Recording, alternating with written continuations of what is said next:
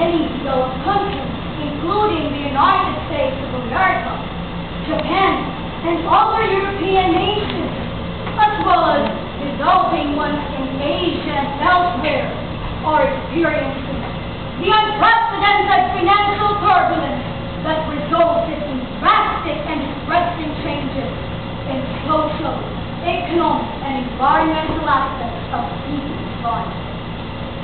The problems have become extremely complicated and have posed challenges to the very foundation of freedom and democracy, justice and equality, and even of our survival as humankind. The Philippines is no exception. We were directly hit by the Asian economic crunch in the late 1990s, and the crippling effects are still with us today. Foreign investment scampered out of the country. Trade and industry became highly competitive, and we fared poorly in the competition. Living was hard and harsh. Slowly, the country moved on. And before we can even fully recover, the U.S. economy crashed without warning, and we were back to square one. Such difficult times come to our government to confront with urgency the problems and challenges the crisis has brought about.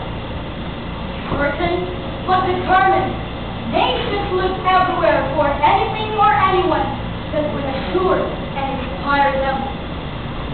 The Americans saw in President Barack Obama the promise of change and his perceived capability of saving the plunging American economy. For us Filipinos, President Benigno Aquino III shone as the image of hope, the hope of dreaming again for a good life, when the poor is assured of free fair meal today, where everyone is protected from injustice, and where government is free from the bondage of corruption. But how are these disastrous conditions tackled and confronted? What important considerations and critical process would be needed to carefully plan and implement effective recovery programs and development projects? Where would the government start? And with what? Statistics is the answer, my dear friends. We need relevant data and reliable information to start with and to start correctly. Yes, governments need quality statistics, basis for development planning, policy formulation, decision-making, and research. Decisions that would be based on quantitative measures demand the availability of a strong and healthy statistical system that is capable of supporting effective responses. Statistics are essential inputs to the economic and social development of any country.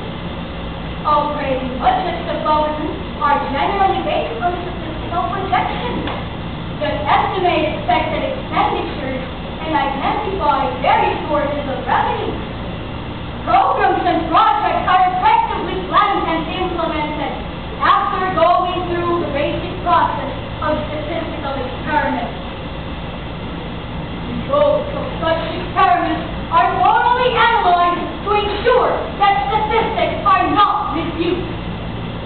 Statistics that are mishandled can produce subtle but serious errors in description and interpretation.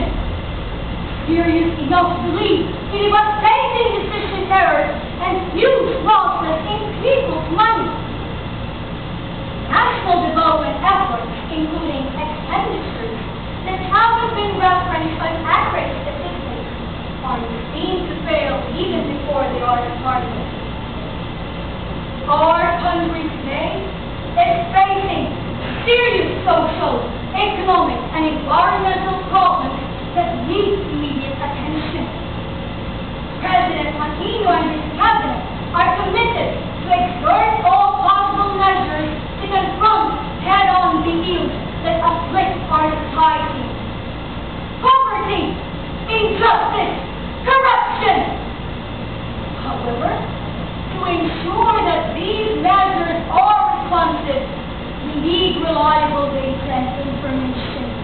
We need quality statistics that would inform and drive government in planning, formulating, and implementing such efforts. Our existing national statistics system is beset with problems. The system is suffering from poor public credibility. People complain about numbers that are largely inaccurate and information that are inconsistent. Data are not available when you need them, and the methods of data gathering are not transparent. These conditions have contributed greatly to the growing mistrust of people in the quality of our statistical system. There is a pressing need to improve the generation, dissemination, and utilization of quality statistical information. We, the youth, recognize with deep appreciation the awareness that these efforts were done, not only for today's benefits, but also to ensure a better future for us. We cannot help but to feel grateful. The good future that is prepared for us is ours to live. We own our future, and soon we will be managing our affairs as responsible citizens of this country. It's only for this, responding to this call for action has become inescapable. In our own little ways, you and I can contribute to this hard but worthwhile undertaking. You and I can help in strengthening the system of data gathering by reporting accurate information and insisting on their correctness. We can assist in verifying reliability of information by bridging data gaps and discrepancies right under their floor. You and I can help in campaigning for the maximum use of computers and ICT to support data retrieval and exchange, dissemination, and provide greater access to users of the information. In our capacity as students, we can best help in promoting a culture of statistics in our schools and in the community by increasing our awareness and sharing with others the value and importance of good and quality statistics. John F. Kennedy said, "We choose to go not because it is easy, but because it is hard. Because that goal will serve to measure and organize the best of our energies and skills. Because that challenge is one that we are willing to accept, one we are unwilling to postpone, and which we intend to win." Ladies and gentlemen, our country needs us now more than ever. As citizens of this republic, we owe it to ourselves and government to support and give President Aquino all the help he needs. Fellow students, for once, let us make a difference. Let us join hands in hitting the call. For as young as we are, we possess the tremendous power to create and construct, and the burning passion to pursue and persist. The challenge is right here. The challenge is right now. We must do what needs to be done for our own